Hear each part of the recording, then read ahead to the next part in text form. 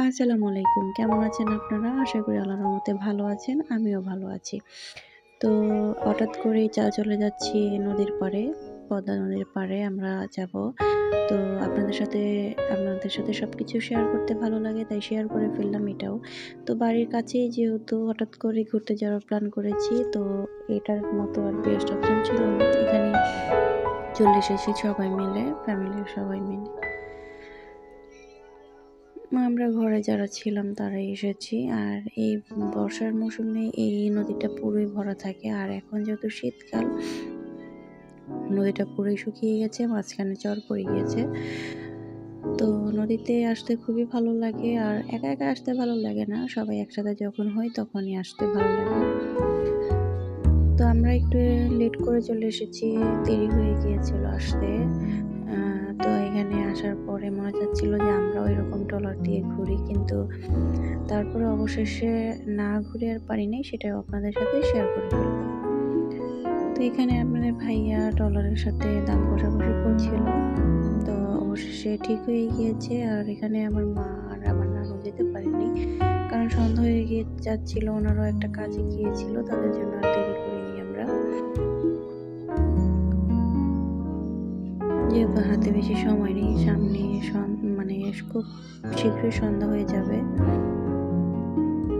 তো আমার ভিডিওগুলো ভালো লাগলে অবশ্যই লাইক, কমেন্ট, সাবস্ক্রাইব করে আমার চ্যানেলের পাশে থাকবেন। আর নতুন যারা আছেন তারা অবশ্যই চ্যানেলটাকে সাবস্ক্রাইব করে দিবেন। আর ভিডিওটার কোনো অংশ যদি আপনাদের বিন্দু পরিমাণে ভালো লেগে থাকে তাহলে অবশ্যই একটা লাইক দিয়ে যাবেন। দেখুন নদীর পানিগুলো কি সুন্দর।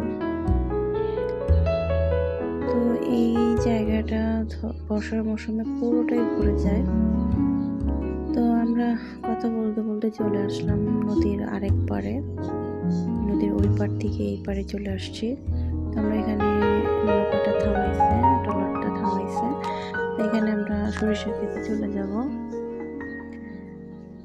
সরিষার ক্ষেত দেখলে কার ভালো লাগে আর কে সরিষার ক্ষেত পছন্দ করেন অবশ্যই কমেন্ট বক্সে এসে জানিয়ে যাবেন। আমার তো খুবই ভালো লাগে সরিষার ক্ষেত দেখলে।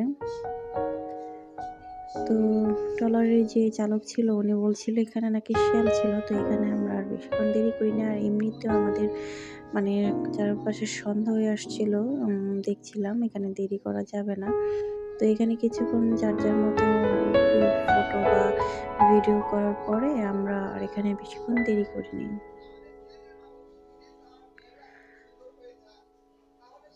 বাড়ির কাছেই যেহেতু নদী, তো না আসলেই তো নয়। আর যেহেতু সবাই একত্র হয়েছি শীতকালে,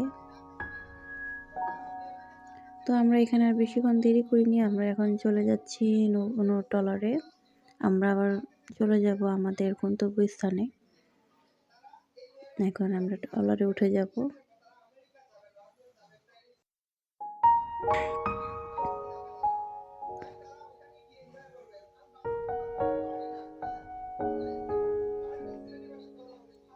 তো সবাই সবার মতো এখানে দুষ্টুমি করছিল। আমার ছোট বোনের মেয়েটা অনেক মজা করতেছিল, ও ছোট মানুষ যেহেতু। আর আমরাও অনেক মজা করেছি। আর কোথাও বের হলে তো মজা না করলেই নেই। আর দেখুন হঠাৎ করে একদম চারপাশটা অন্ধকার হয়ে গিয়েছে। সন্ধ্যাটা তাড়াতাড়ি নেমে আসে। তো আমরা ঘাটের দিকে চলে যাচ্ছি।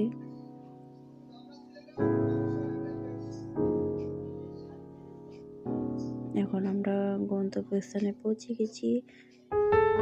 ট্রলারটা পুরোপুরি থামালে আমরা এখন নেমে যাব। আর এখানে যেহেতু এসেছি একটু ফুচকা না খেলেই তো নয়।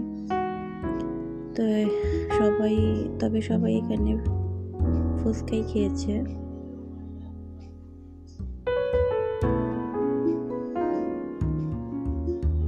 আর এই ফুচকাটা হচ্ছে আমার ছোট বোনের মেয়ের জন্য।